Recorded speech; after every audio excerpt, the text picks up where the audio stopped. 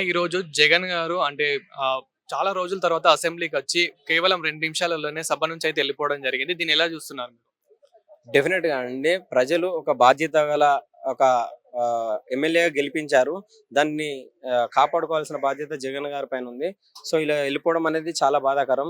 ఇంకొకటేంటంటే, అది అతని నిర్లక్ష్యానికి ఒక కారణమవుతుంది. ఎందుకనంటే, అలా నిర్లక్ష్యం చేయడం వల్లనే ఈరోజు ఆయన ప్రతిపక్ష హోదా అడుక్కుండే స్థాయిలో ఉన్నాడు. గతంలో మనం చూసినట్టయితే, ప్రత్యేక హోదా తెస్తా, కేంద్రం మెడల్ వంచుతా అన్న వ్యక్తి ఈరోజు ప్రతిపక్ష హోదా ఆడుకున్నాడంటే మనం అర్థం చేసుకోవచ్చు. ఎందుకనంటే ఈరోజు ఆ పార్టీలో నాయకత్వం లేదు. ఆ పార్టీలో నాయకులు లేరు. సొంత ఉన్న అమ్మ చెల్లె కూడా ఆ పార్టీని వీడిన పరిస్థితి. ఏటుగా ఉన్న విజయసాయి రెడ్డి కూడా ఆ పార్టీని వీడిన పరిస్థితి. ఒక ఇద్దరు చెప్పుకుంటే నాయకులు కూడా మంత్రులుగా చేసిన, మాజీ మంత్రులుగా చేసిన వాళ్ళు కూడా ఈరోజు కటకటాల వెనుకకు వెళ్ళిన వాళ్ళు ఉన్నారు. ఇంకా కొంతమంది నాయకులు దేశం విడిచి వెళ్ళిపోయిన వాళ్ళు ఉన్నారు. ఈరోజు ఆంధ్రప్రదేశ్ ప్రజలకు ఆ పోరాటం చేయాలనుకుంటే అసెంబ్లీలోనే ప్రతిపక్షంలోనే ఉంటే కాదు, మీడియా ముఖంగా చేయవచ్చు. మనం డైరెక్ట్ గా మనం ప్రజల్లోకి వెళ్ళి ప్రజల సమస్యను తెలుసుకోవచ్చు. లేదంటే మంచి బహిరంగంగా మంచి మంచి మీటింగ్ల ద్వారా కూడా ప్రజల సమస్యలను తెలుసుకోవచ్చు.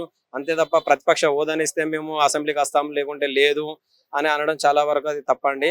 ఏదున్నా ప్రజల దగ్గరికి వెళ్ళొచ్చు. అనేక రకాల పాదయాత్రలు గతంలో రాజశేఖర రెడ్డి గారు చేశారు. పాదయాత్రలు చేయవచ్చు, అనేక మీటింగ్లు పెట్టుకోవచ్చు, ప్రెస్ మీట్లు పెట్టుకోవచ్చు. అనేక రకాల మన నోరు అనేది అనేక రకాలుగా మనము ఉపయోగించుకోవచ్చు. అంతే తప్పించి ఇలా అడుక్కోవడం అనేది అయితే బాగాలేదండి. అంటే ఇప్పుడు ఆల్రెడీ మనం చాలా రోజుల నుంచి చూస్తున్నాము. దేనికి కూడా వైఎస్ జగన్ గారైతే స్పందించడం లేదు. అలాంటిది ఈ రోజుల్లో చాలా రోజుల తర్వాత వచ్చాడు. సో, ఇప్పుడు ఉన్న 10 మందికి కూడా ధైర్యంగా ఉండాలి తప్ప ఇలా వచ్చి 2 నిమిషాలలో ఇప్పుడు 11 మంది 11 నిమిషాలు అన్నట్లు అయిపోయింది. సో, ఉన్న 10 మందికి కూడా ధైర్యంగా లేడు అని చెప్పేసి అంటూ ఒకటండి ఒకటండి ఈరోజు ఎవరికైనా రాజ్యాంగం ప్రకారం 60 రోజులు అసెంబ్లీకి రాకుంటే ఆ సభ్యత్వం రద్దు చేస్తారు.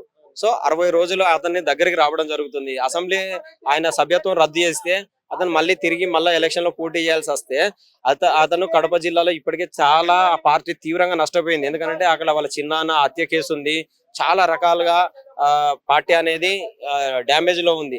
సో ఇలాంటి కష్ట సమయంలో అక్కడ గెలవడం చాలా కష్టం. ఎందుకనంటే ఆ సొంత కుటుంబ సభ్యులు కూడా ఆయనకు సపోర్ట్ చేయని పరిస్థితి. సో ఏంటంటే అతను ఎటు చూసినా ఆయన సభ్యత్వం కాపాడుకోవడం కోసమే వచ్చాడు. కేవలం ఈ ఎమ్మెల్యేలను వీళ్ళను దృష్టిలో ఉంచుకొని రాలేదు. ఆయన సభ్యత్వం కాపాడుకోవడం కోసం వచ్చాడు, కాపాడుకున్నాడు, వెళ్ళిపోయాడు. అంతే తప్పించి ప్రజల గురించి ప్రజల సమస్యల గురించి వచ్చిన వ్యక్తి కాదు. మనం వైసీపీలో ఒక్కొక్కరు అరెస్ట్ కావడం చూస్తున్నాం. రీసెంట్ గా వంశీ గారు అరెస్ట్ అవ్వడం కూడా చూస్తున్నాము. సో ఈ క్రమంలో అంటే జగన్ గారు భయపడుతున్నారు. ఇది అతను డైరెక్ట్ ఇక్కడ వదిలిపెట్టి ఏపీ వదిలిపెట్టి లండన్ వెళ్ళిపోతేనే బెస్ట్ అని చెప్పేసి కూడా కొందరు మాట్లాడుతా ఉన్నారు. లండన్ వెళ్తే ఇంకా చాలా మంచిది. ఎందుకంటే అలా పాప ఇట్లా వాళ్ళ అక్కడ చదువుకుంటారు కాబట్టి లండన్ వెళ్తే బాగుంటుంది. అందుకే ఈవెన్ ప్రెస్ మీట్ పెట్టి కూడా పవన్ కళ్యాణ్ గారు చెప్పారు, జర్మనీకి వెళ్ళండి అని చెప్పారు. అది మనం అర్థం చేసుకోవచ్చు. ఇండైరెక్ట్ జర్మనీ అని చెప్పారు. అది అర్థం చేసుకోవాల్సిన వాళ్ళకి అర్థమై ఉంటుంది.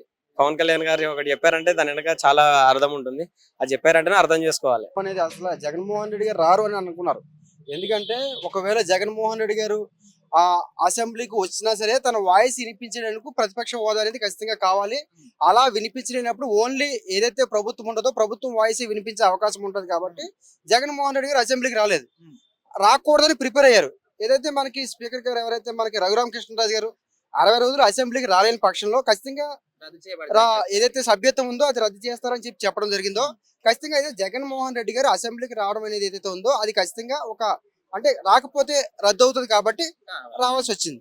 అంటే ఇక్కడ ఆయన ఓట్ షేరింగ్ గురించి మధ్యలో కూడా ఒక పాయింట్ తీసుకొచ్చారు జగన్మోహన్ రెడ్డి గారు. నాకు 40% ఓట్ షేరింగ్ వచ్చింది, నాకు ఇవ్వకుండా పవన్ కళ్యాణ్ కి ఇస్తున్నారు అన్నారు. సో అక్కడ పవన్ కళ్యాణ్ ఏమంటారంటే ఇక్కడ ఓట్ షేరింగ్ కాదు, అది జర్మనీ సైడ్ ఉంటుంది, మన దగ్గర ఇట్లా సీట్ల ప్రకారమే చూస్తారని చెప్పారు. సో దీన్ని ఎట్లా చూడవచ్చు? అదే ఇప్పుడు వైసీపీ పార్టీ ప్రధానంగా డిమాండ్ చేసేది ఏంటంటే మాకు 40% ఓట్ షేరింగ్ ఉంది. అదేవిధంగా వైసీపీ బొత్స సత్యనారాయణ గారు చెప్పిన విషయం ఏంటంటే పాలకపక్షం అదేవిధంగా ప్రతిపక్షం కాబట్టి ఇక్కడ రెండే ఉన్నాయి.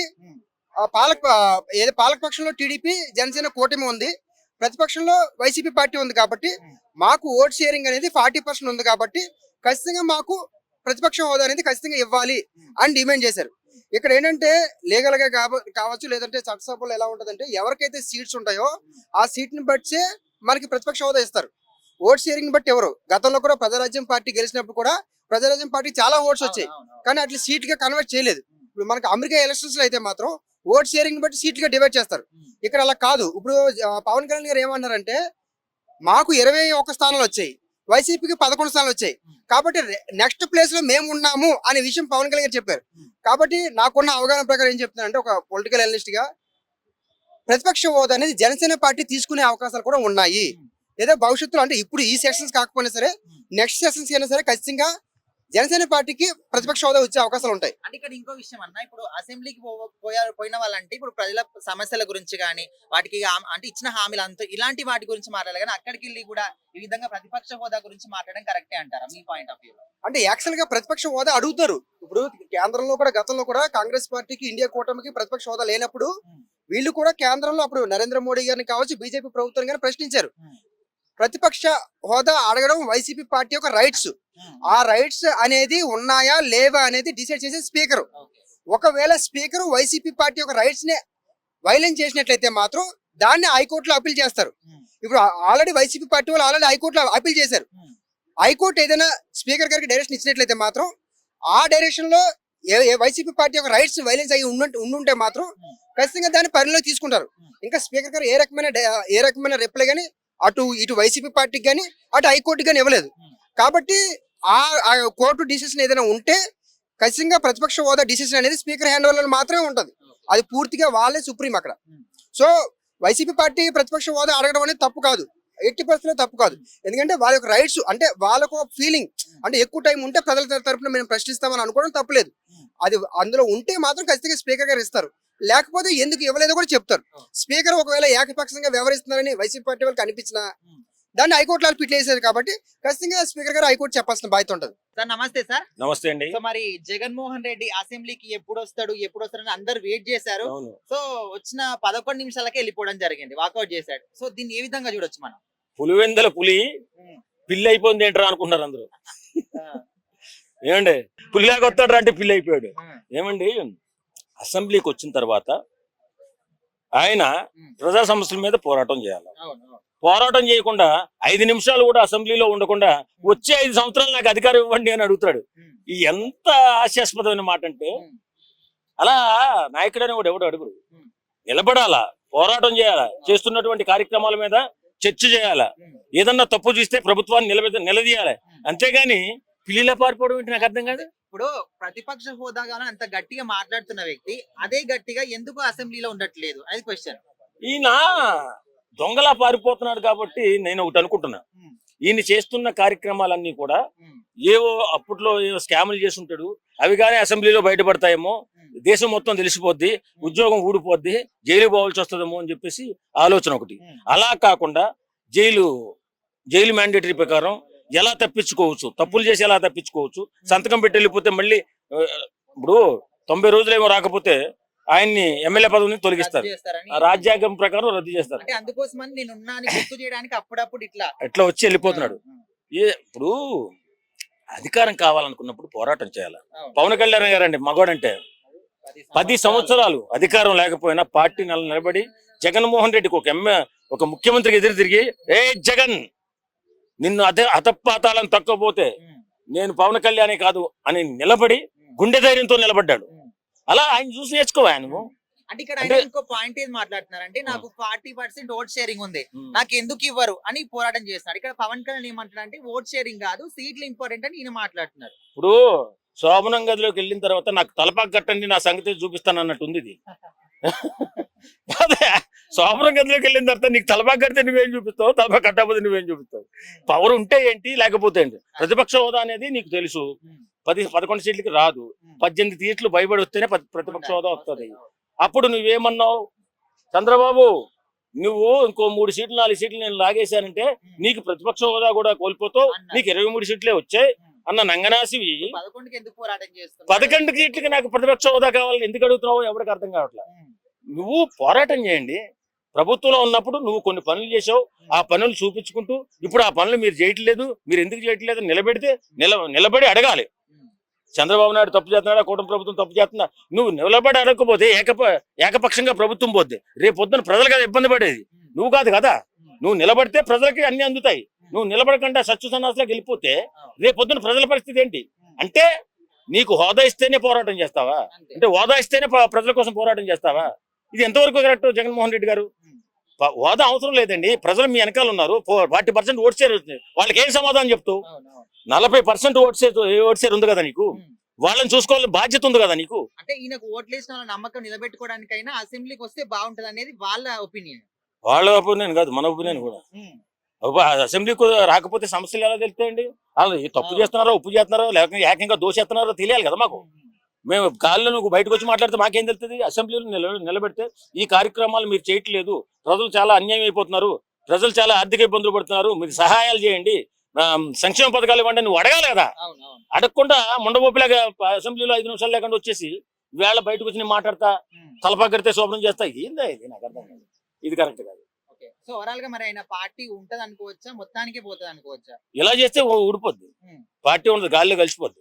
ఒకప్పుడు వైఎస్ఆర్సీపీ పార్టీ ఎంతో ఎత్తులో ఉందట, సీఎం గా 5 సంవత్సరాలు చేశాడు జగన్మోహన్ రెడ్డి అనే చెప్పుకునే స్థాయికి దిగజారిపోతావు. జగన్మోహన్ రెడ్డి గారు, మీకు హోదా, ప్రతిపక్ష హోదా ఇస్తేనే కాదు, ఇవ్వకపోయినా మీరు రండి, ప్రజల పక్షాన్ని నిలబండి, మీ గొంతుక వినాలని, మీ స్వరం వినాలని, వాళ్ళు చేస్తున్న కార్యక్రమాలన్నీ మీరు నిలదీస్తారని మేము ఆశిస్తున్నాం. రండి, అసెంబ్లీకి రండి, మీ పోరాటం చేయండి. బ్రో నమస్తే బ్రో. సో ఈ రోజు జగన్మోహన్ రెడ్డి అసెంబ్లీకి రావడం జరిగింది. సో అక్కడ 11 నిమిషాల తర్వాత వెళ్ళిపోవడం జరిగింది. సో దీన్ని మీరు ఏ విధంగా చూస్తారు? అసెంబ్లీకి వచ్చిండు, 11 నిమిషాలు ఉండి వెళ్ళిపోయిండ్రు, ఏదో గొడవ చేసిండ్రు. కానీ నేను అనుకున్న ప్రజల గురించి మాట్లాడడానికి వచ్చిండు ఈ రోజు అని నేను అనుకున్నా. కానీ మరి ఎమ్మెల్యేలని అరెస్ట్ చేస్తేనే బయటకు వచ్చిండు ఈ రోజు. అంటే ఎమ్మెల్యేలని అరెస్ట్ చేస్తే మాత్రమే వచ్చిండు తప్పితే ప్రజల్లో ఎంత బాధ ఉన్నా గీట అసలు రాలేదు. ఇన్ని రోజులు ఏసీ వేసుకొని మంచిగా పడుకున్నాడు జగన్ అన్న.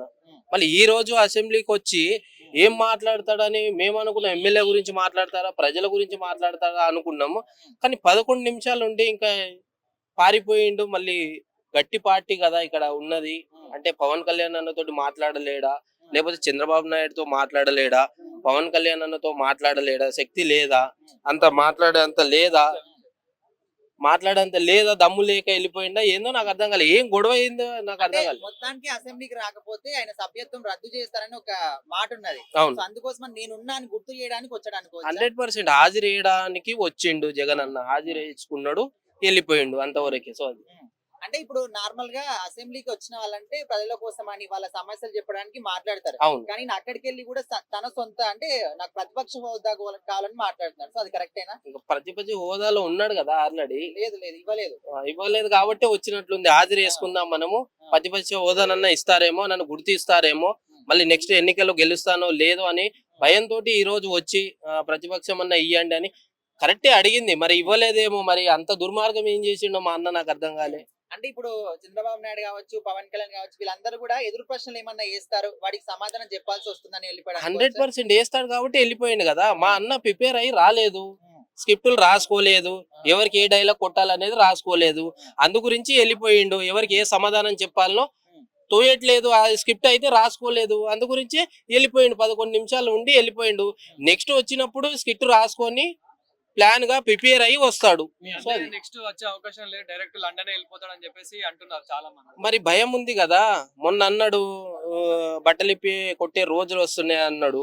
మరి జగనన్నకే బట్టలిప్పి కొట్టే రోజులు వస్తున్నాయేమో, అందు గురించే నేను వెళ్ళిపోతున్నా జర్మనీకే, ఇక్కడికి అదే దుబాయ్ ఇక్కడికి వెళ్తుండు. సో అందు గురించే నన్ను గిట నా ఎమ్మెల్యేలనే వేస్తుండు కదా, ఒకరి తర్వాత ఒకరిని వేస్తుండు కదా.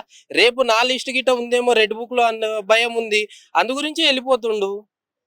సో పార్టీ ఇంకా రాదు, జగనన్న పార్టీ రాదు. అక్కడ కేంద్రం తోటి చాలా గట్టిగా ఉన్నాడు. ఎవరు? చంద్రబాబు నాయుడు గారు చాలా క్లోజ్గా ఉన్నారు. అందు గురించే నా పార్టీ రాదేమో అని ఒక హాజరు వేసుకున్నాడు, వచ్చి హాజరు వేసుకొని వెళ్ళిపోయిండు. ప్రతిపక్ష హోదానన్నా ఇస్తారో, నన్ను ఈ ప్రజలు గుర్తిస్తారని వచ్చిండు, ఇయ్యలేదు, వెళ్ళిపోయిండు.